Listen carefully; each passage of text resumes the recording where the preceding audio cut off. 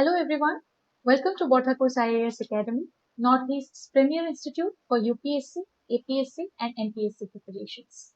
I'm your friend Atray and today I'm here with another segment of Current Affairs 365 dated 29th of September 2021.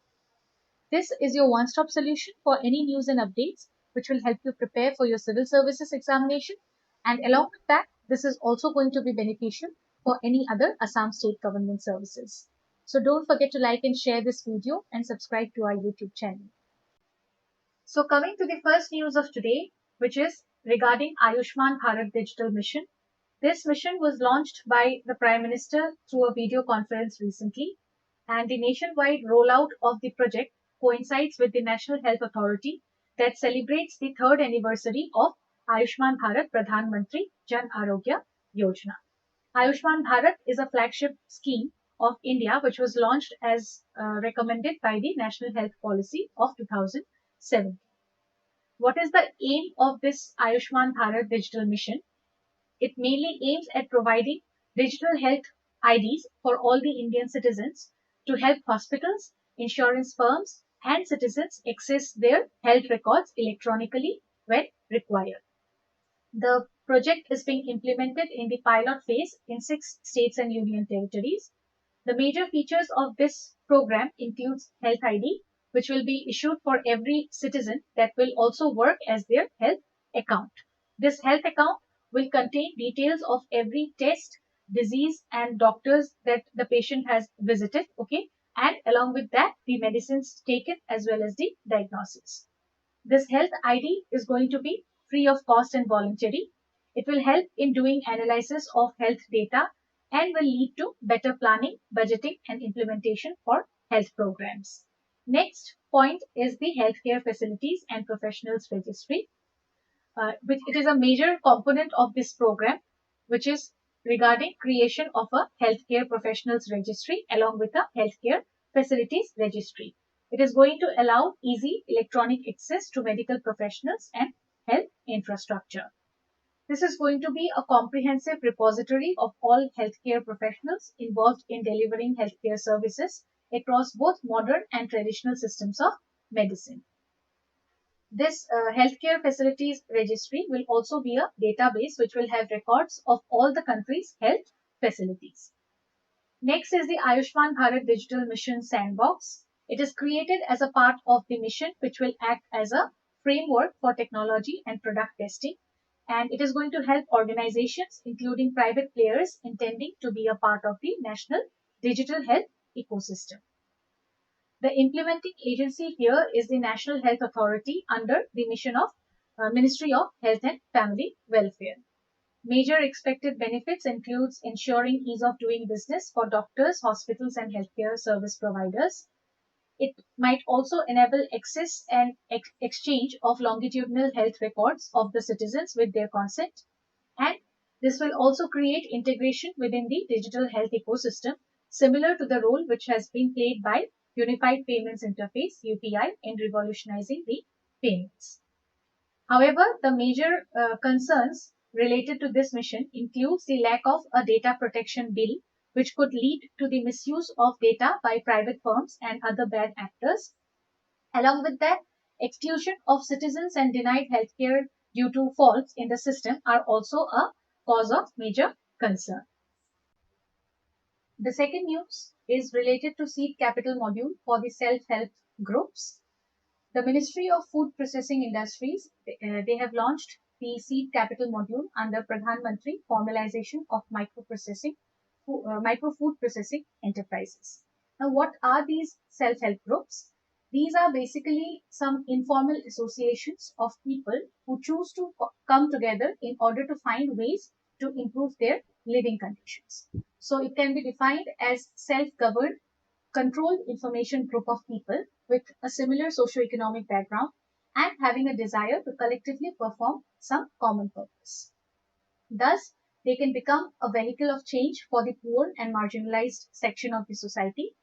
Also, these groups, they rely on the notion of self-help in order to encourage self-employment, and in turn, they will also try to alleviate poverty.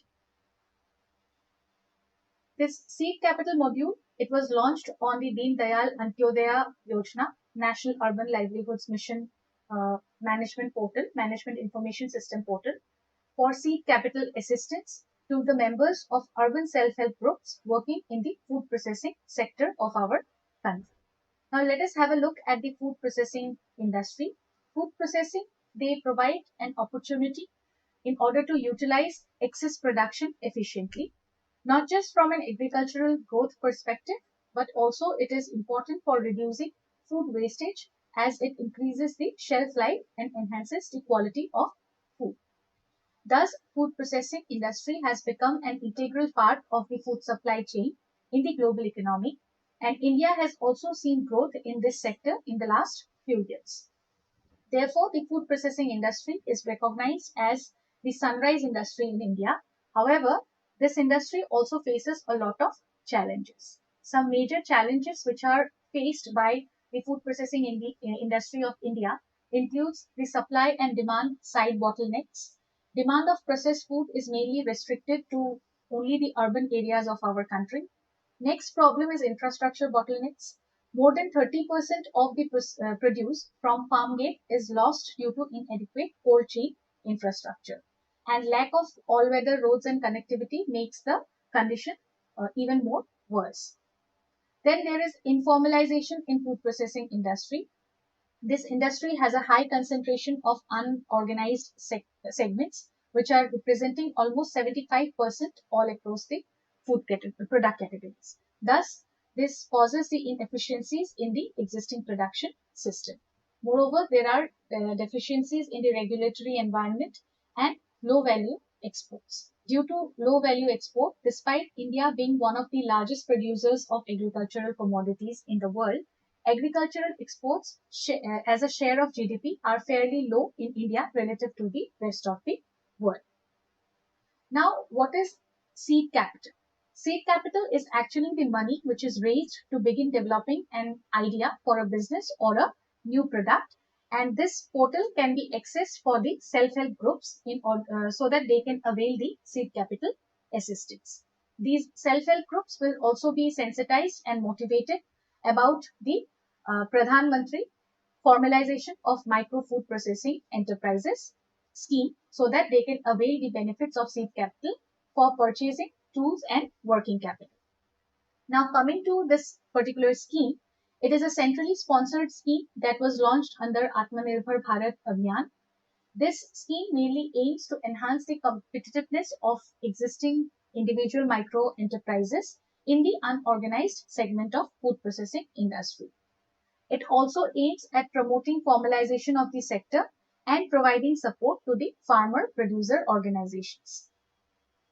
The benefits under this scheme includes credit-linked subsidy for capital investment up to 35% with a ceiling of rupees 10 lakh.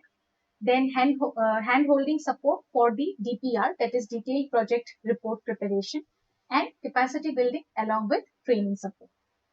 Other schemes which are related to self-help groups includes government e-marketplace, agriculture infrastructure fund. Then we have the Pradhan Mantri Matsya Sampada Yojana, Ambedkar Hastasthilp Vikas Yojana, Northeast Rural Livelihood Project, etc. The next news is regarding Assam's wine rice named Judima, which bagged a geographical indication tag. Judima is a homemade rice wine of Assam's Dimasa tribe, which has become the first traditional brew all over the Northeast to get this GI tag. It is also the second product from the hill districts of Karbi Anglong and Dima Hasao to get the GI tag. Earlier, Manipur's famous Hache chili and Tamenglong orange were awarded the tag. Now, what is geographical indication? It is used to identify goods having some special characteristics that originate from a definite geographical territory. The GI tag is also a part of World Trade Organization's trade-related aspects of intellectual property rights. In India, GI tags are governed by the Geographical Indications of Goods Registration and Protection Act of 1999, and it is issued by the Geographical Indications Registry at Chennai. This tag, the registration of this indication, it is valid for a period of 10 years. Now coming to this wine, Judima is a rice wine which is made from sticky rice, and it is steamed and mixed with some traditional herbs before preparation. This wine is a specialty of the Dimasa tribe of Assam, and it has got a distinct sweet taste which takes around 1 week to prepare, and it can be stored for several years. If we have a look at the tribal population in Assam, then we can see that here we have 14 recognized plain tribe communities, 15 hills tribe communities, and 16 recognized scheduled caste communities in our state. The Boros are the largest group, which comprises almost half of the state's tribal population. Other major groups include Mising, Karbi, Rabha, Kosari, Lalung, and Dimasa. Other recent GI tag products from Assam includes 𝐎𝐫𝐠, which is a type of lime, and chokwa rice of Assam. Moving ahead to the next news, it is regarding Meghalaya Enterprise Architecture Project. This project has been launched recently, and it mainly aims to improve the service delivery and governance for the people using power of digital technologies. Now, what is enterprise architecture? It is the process by which organizations standardize and organize the information technology infrastructure to align with the business needs. This initiative is spread across 6 pillars, which are governance, human resources, entrepreneurship, primary sector, infrastructure, and environment.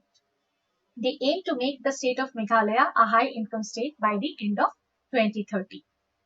This is also in line with the vision of Digital India, and with the notification of India Enterprise Architecture into 2018, design and implementation of integrated, nationally portable, and scalable digital platforms have gained a new momentum.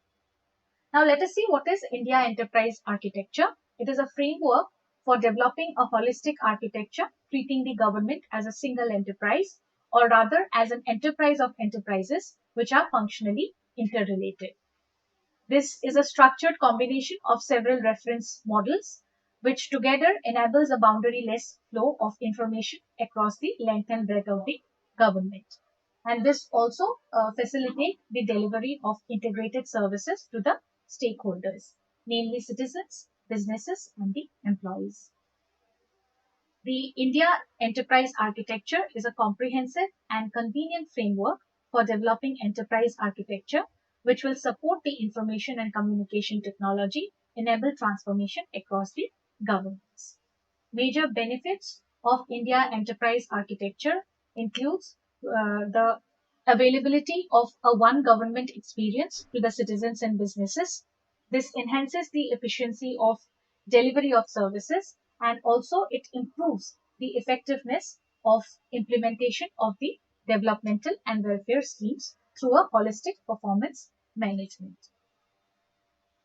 It also brings in flexibility and agility in making changes to the systems to align with the best practices and to leverage the latest technologies. And this was all for today. Thank you so much for watching this video. I hope it is helpful. Don't forget to like and share this video and subscribe to our YouTube channel. I'll see you all again tomorrow with another segment of Current Affairs 365 only on Borthakur's IAS Academy, Northeast's premier institute for UPSC, APSC and NPSC preparations. Borthakur IAS Academy. প্ৰস্তুতি আৰু অধ্যয়নৰ নিৰ্ভৰযোগ্য ঠিকনা। Borthakur IAS Academy.